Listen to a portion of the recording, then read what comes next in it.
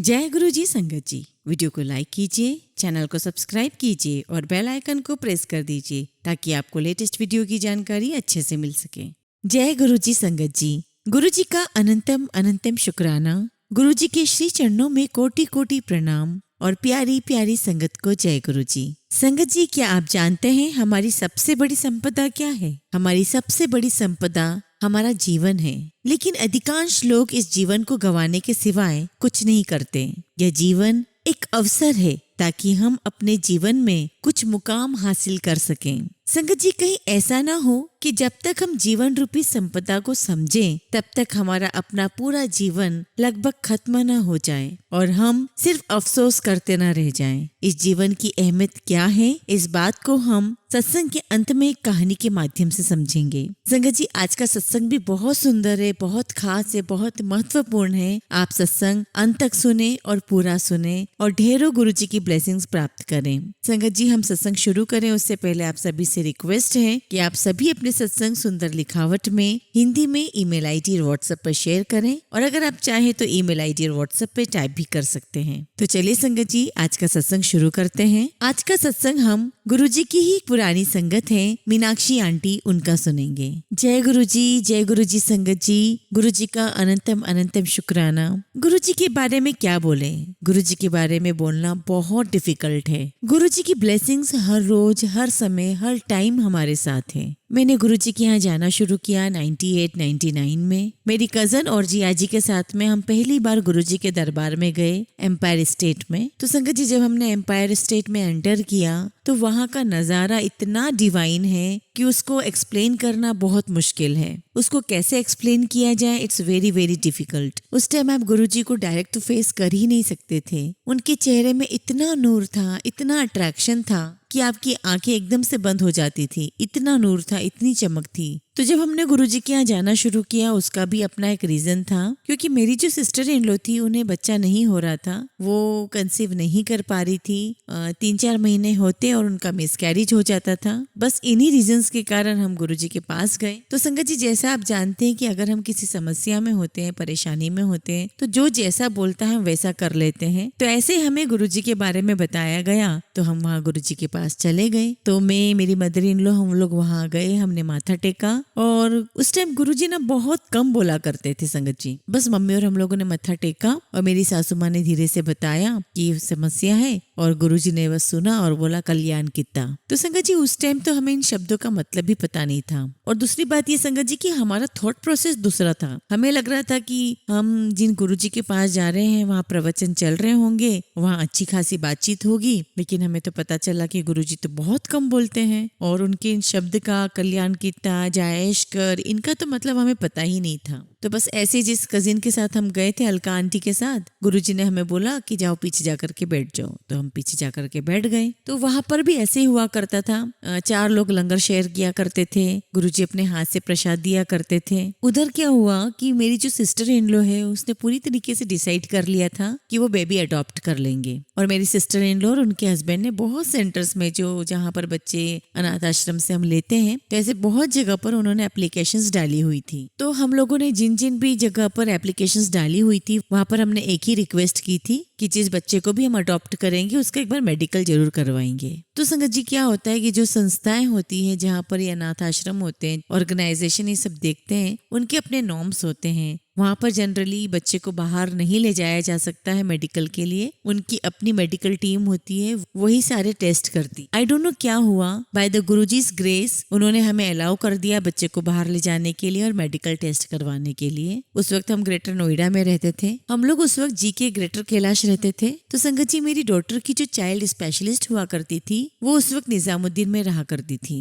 हम उनके पास उस बच्चे को लेकर के गए। तो जब उस बच्ची को डॉक्टर के पास लेके गए, उन्होंने चेकअप किया तो उन्होंने बोला नहीं Meenakshi, this girl have some problem and I want advice you, मैं आपको बिल्कुल एडवाइस नहीं दूंगी कि आप इस बेबी को अडॉप्ट करो। तो आई सेड ओके। तो फिर जो दूसरा बच्चा जो हमने लिस्ट में तय किया हुआ था उसको लेकर आए, और वो जो बेबी था वो बहुत हेल्दी बेबी था। हम फिर डॉक्टर के पास लेकर गए। डॉक्टर ने उसके सारे टेस्ट किए और बोला कि नहीं मीनाक्षी, मैं इस बेबी को भी अडॉप्ट करने की एडवाइस नहीं दूंगा क्योंकि इसको हेपेटाइटिस बी है। उनके जो सीनियर थे वो ग्रीन पार्क में बैठा करते थे, तो उन्होंने हमें कहा कि एक बार डॉक्टर से भी सलाह ले लीजिए, और उन्होंने कहा कि जैसा डॉक्टर कहेंगे वैसा आप कर लीजिएगा। और हम उस बेबी को वहां लेकर गए डॉक्टर, सीनियर डॉक्टर के पास। और जब उन्होंने बेबी को देखा तो उन्होंने कहा कि बेबी तो बहुत हेल्दी है। बोले कि जो डॉक्टर गुल है उन्होंने टेस्ट करने के लिए क्यों बोले हैं, अगर वो बोल रही हैं तो एक बार कर लेते हैं टेस्ट अपन। तो संगत जी उस टाइम पर भी ये टेस्ट बहुत एक्सपेंसिव था, पर हमने उसे करवाया। और इधर मेरी सिस्टर इन लॉ रोने लगी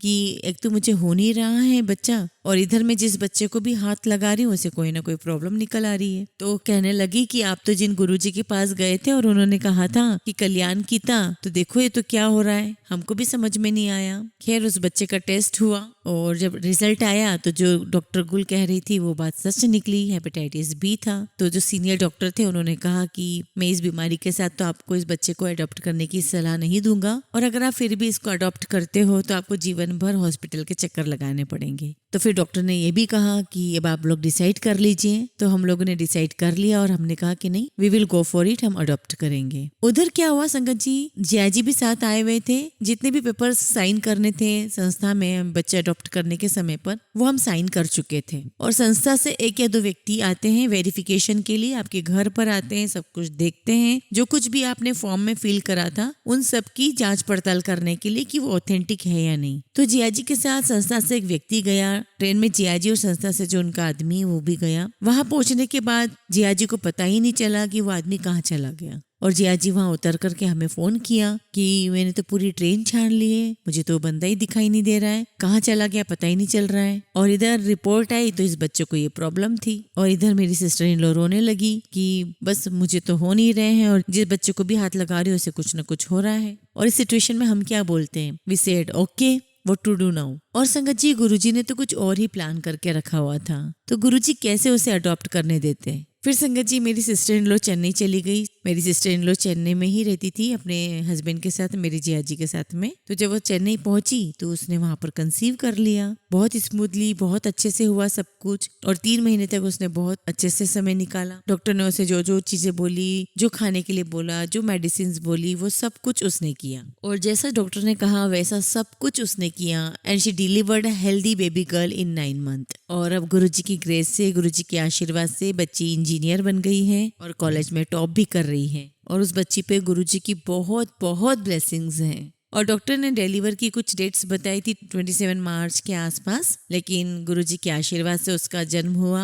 7 मार्च को, गुरुजी की ही जन्म तारीख पर। तो गुरुजी हमारे लिए क्या प्लान करते हैं हम समझ नहीं पाते हैं और हम रेस्टलेस हो जाते हैं। गुरुजी ने इन्हें बेबी ब्लेस करना था तो अडॉप्शन होने ही नहीं दिया। गुरुजी की यहाँ पर थोड़ी रिस्ट्रिक्शंस हुआ करती थी, आप छोटे बच्चों के साथ बिल्कुल भी नहीं जा सकते थे। और उन दिनों मेरी बच्चियां बहुत छोटी थी and my husband was selling that time. तो हमारे लिए बहुत डिफिकल्ट हो रहा था गुरुजी के पास जाने के लिए, क्योंकि जब मेरे हस्बैंड हुआ करते थे तब तो कभी वो चले जाते थे, कभी मैं चली जाती थी, हम लोग मैनेज कर लिया करते थे गुरुजी के पास जाने के लिए। लेकिन जब वो शिप पर चले गए तो हमारे लिए बहुत मुश्किल हुआ गुरुजी के पास जाना। तो ऐसे हमारा गुरुजी के पास जाना डिसकंटिन्यू हो गया। मगर बैक ऑफ माई माइंड गुरुजी की खुशबू, गुरुजी का मंदिर, गुरुजी का ओरा, सब कुछ हमारे साथ होता था। और 2000 में हम लोग गुड़गांव शिफ्ट हुए और गुरुजी की बहुत पुरानी संगत है भाटिया आंटी, मेरा उनसे मिलना हुआ। और वहीं बेसमेंट में उनका पार्लर चलता था, तो वहां पर गुरुजी के स्वरूप को मैंने देखा। तो गुरुजी का स्वरूप देख करके मैंने उनसे पूछा भाटिया आंटी से कि आंटी आप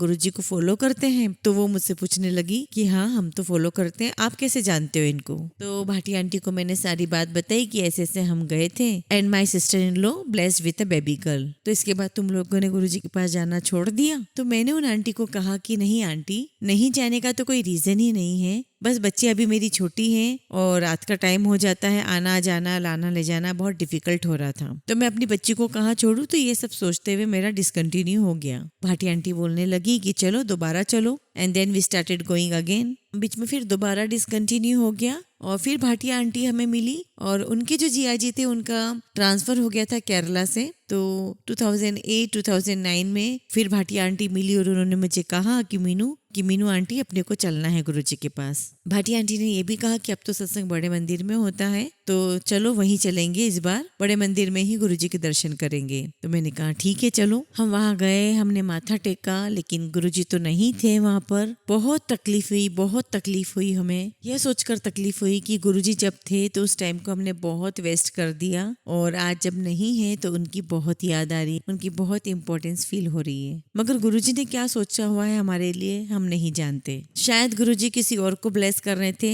इसलिए मेरे मन में हमेशा एक क्वेश्चन रहा कि गुरुजी ने हमें क्यों डिसकंटिन्यू किया। खैर जब हम लोग दोबारा 2009 में दोबारा गए तो दोबारा जब हम कनेक्ट हुए तब हमने वहाँ माथा टेका और मैंने गुरुजी से अरदास की कि गुरुजी अगली बार जब हम लोग आए तो मेरे अंकल को भी यहाँ बुलाना, क्योंकि अकेले आना बहुत मुश्किल हो जाता है। तो घर वापस आकर के मैंने अपने अंकल को बताया कि ठीक बिल्कुल वैसा ही दरबार है जैसा एम्पायर स्टेट में होता था, वही ब्लेसिंग्स है, वही ओरा है, वही खुशबू है और वैसे ही सत्संग यहाँ पर भी होते हैं। तो संगत जी मैंने भी घर आकर के अपने अंकल को बताया कि वैसे ही दरबार लगता है, वैसा ही ओरा है, वैसी ही ब्लेसिंग्स है वहाँ पर, बहुत बहुत सुकून मिलता है वहाँ पर। तो नेक्स्ट टाइम जब जाएंगे तो आप भी मेरे साथ चलना। तो ही सेड ओके, अगली बार जाएंगे तो चलेंगे हम। और अगली बार जब मेरे अंकल भी मेरे साथ में गए तो उन्हें बहुत अच्छा लगा, बहुत ब्लेस्ड फील हुआ। उसके बाद तो संगत जी हमने फिर पीछे मुड़ के कभी नहीं देखा। उसके बाद हमेशा हमारा एवरी सैटरडे संडे गुरुजी के साथ ही बुक था। हम उन्हीं के साथ अपना सैटरडे संडे मनाया करते थे और हमारे परिवार वालों को भी ये हो गया था कि ये लोग सैटरडे संडे किसी और फंक्शन में नहीं आएंगे, इन्हें गुरुजी के पास जाना है, गुरुजी के पास ही जाएंगे। तो संगत जी गुरुजी की बहुत बहुत ब्लेसिंग्स है हमारे ऊपर।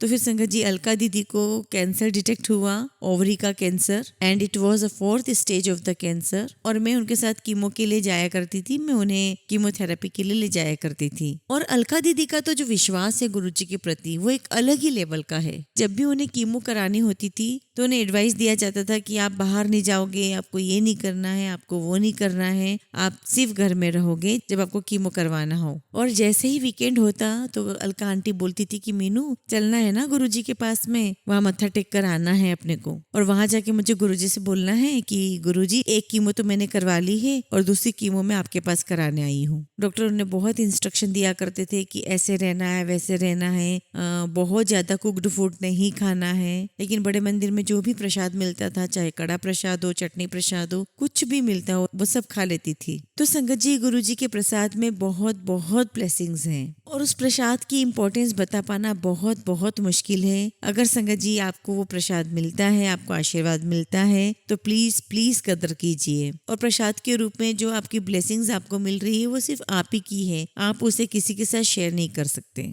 और उस टाइम पे गुरुजी कहा करते थे कि इतनी लाइनें लगेगी कि तुम लोग संभाल ही नहीं पाओगे। और उस टाइम पे हम लोग सोचा करते थे कि इतने कम लोग होते हैं और गुरुजी बात का कैसे बता सकते हैं कि इतनी लाइनें लगेगी, ये तो बहुत मुश्किल दिख रहा है काम। और संगत जी गुरुजी की बात सच होते हुए आज नजर आ रही है कि हमें कितने कितने घंटों खड़ा होना पड़ता है गुरुजी के दरबार में आने के लिए। जब अलका आंटी को कैंसर हुआ तो मैं हर बार उनके साथ जाया करती थी उनकी कीमो के लिए। और जब अलका आंटी के सारे कीमो हो गए तब उनका पेट स्कैन होना था। तो जब वो पेट स्कैन करा करके बाहर आई तब मैं उस दिन थोड़ा लेट पहुंची थी वहां पर। तो मैं जैसे आई मुझे बोलती कि पता नहीं डॉक्टर क्या कह रहे हैं। तो फिर मैंने बोला कि दीदी आपने अपना ड्रेस चेंज नहीं किया। तो बोलती कि नहीं डॉक्टर बोल रहे हैं कि अभी चेंज मत करो, दोबारा करना पड़ेगा। तो मैंने पूछा कि ऐसा क्या हुआ कि आपको दोबारा टेस्ट करने के लिए बोल रहे हैं। तो कहती है कि मुझे नहीं पता ऐसा क्यों बोला है। अलका आंटी ने बोला कि जा तू देख। और जब मैं वहाँ गई तो डॉक्टर वहाँ पर बड़े कंफ्यूज थे, सब लोग वहाँ बैठे हुए थे और आपस में ही वो लोग सब बात कर रहे थे कि पहली रिपोर्ट देख ली, दूसरी रिपोर्ट भी उनके सामने थी, दोनों रिपोर्ट को देखते जा रहे थे और कुछ बातें करते जा रहे थे। तो जैसे ही डॉक्टर ने मुझे देखा तो बहुत गुस्सा हो गए और मुझे कहने लगे कि आप अंदर कैसे आई, जाइए आप बाहर जाइए। तो मैंने कहा डॉक्टर साहब हुआ क्या है, वो सुबह से आई हुई है, उसने कुछ खाया भी नहीं है, तो अगर आप कहो तो मैं उसे कैफेटेरिया में कुछ खिलाकर ले आऊं। तो डॉक्टर ने कहा कि हाँ हाँ ठीक है, आप उन्हें कुछ खिलाकर ले आओ, लेकिन हम दोबारा से इनका टेस्ट करेंगे। तो जब वो डॉक्टर और उनकी टीम आपस में डिस्कस कर रही थी तब मैंने थोड़ा सुना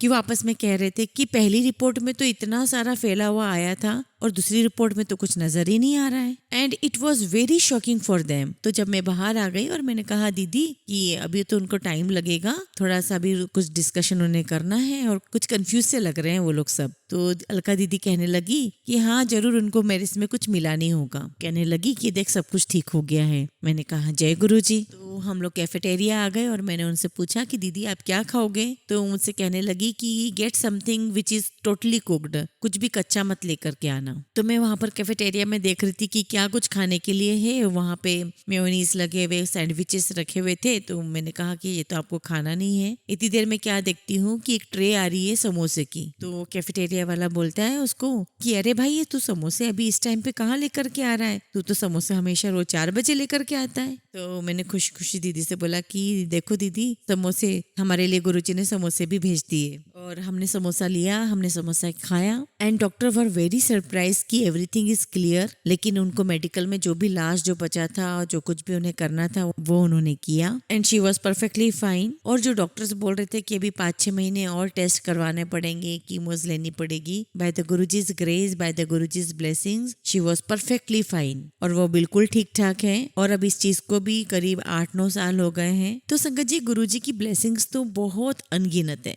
फिर भी संगत जी हम लोग ह्यूमन बीइंग हैं, हमारे मन में बहुत सारे इफ एंड बट्स चलते हैं। मैंने अपनी आंखों से अलका दीदी को पूरी तरीके से गुरुजी के आशीर्वाद से ठीक होते हुए देखा था, लेकिन फिर भी मैं कहीं ना कहीं पूरी तरीके से कनेक्ट नहीं हो पा रही थी। पूरा विश्वास था गुरुजी पर, लेकिन कहीं ना कहीं कुछ एक डाउट था और मैं इस चीज के लिए गुरुजी से बहुत बार माफी भी मांग चुकी हूँ। बस ऐसे मेरे मन में एक डाउट था। और संगत जी गुरुजी का जो मंत्र जाप है उसकी बहुत बहुत पावर है। और जब आप मंत्र जाप करते हो तो आपको इतना सुकून मिलता है, इतना पीस ऑफ माइंड मिलता है। तो संगत जी गुरुजी की ब्लेसिंग्स तो बहुत ज्यादा है, बहुत ज्यादा है। हर दिन की ब्लेसिंग्स हैं। बस मेरी तो सारी संगत से अब यही रिक्वेस्ट है कि गुरुजी को आप बस मानो, मांगो मत। गुरुजी को सब पता है कि आपको क्या देना है। आप वो बात जान ही नहीं सकते कि कब कैसे गुरुजी आपको क्या देंगे। गुरुजी को सब पता है कि आपके लिए क्या बेस्ट है। आप किसी भी वहमों में मत पड़ना, सिर्फ और सिर्फ गुरुजी को मानो और उन्हें सरेंडर कर दो। जय गुरुजी, शुक्राना गुरुजी। संगत जी हमेशा की तरह आज भी हम अपने सत्संग का अंत एक बहुत सुंदर कहानी से करेंगे।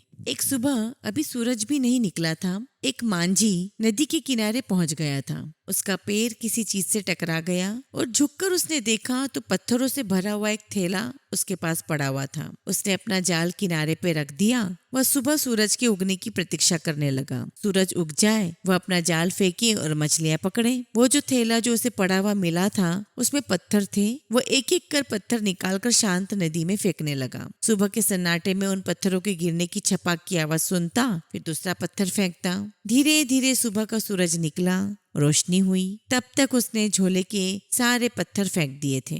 सिर्फ एक पत्थर उसके हाथ में रह गया था। सूरज की रोशनी में देखते से ही जैसे उसके हृदय की धड़कन बंद हो गई, सांस रुक गई। उसने जिन्हें पत्थर समझकर फेंक दिया था वे हीरे जवाहरत थे, लेकिन अब तो अंतिम हाथ में बचा था टुकड़ा और वह पूरे झोले को फेंक चुका था। वो रोने लगा, चिल्लाने लगा।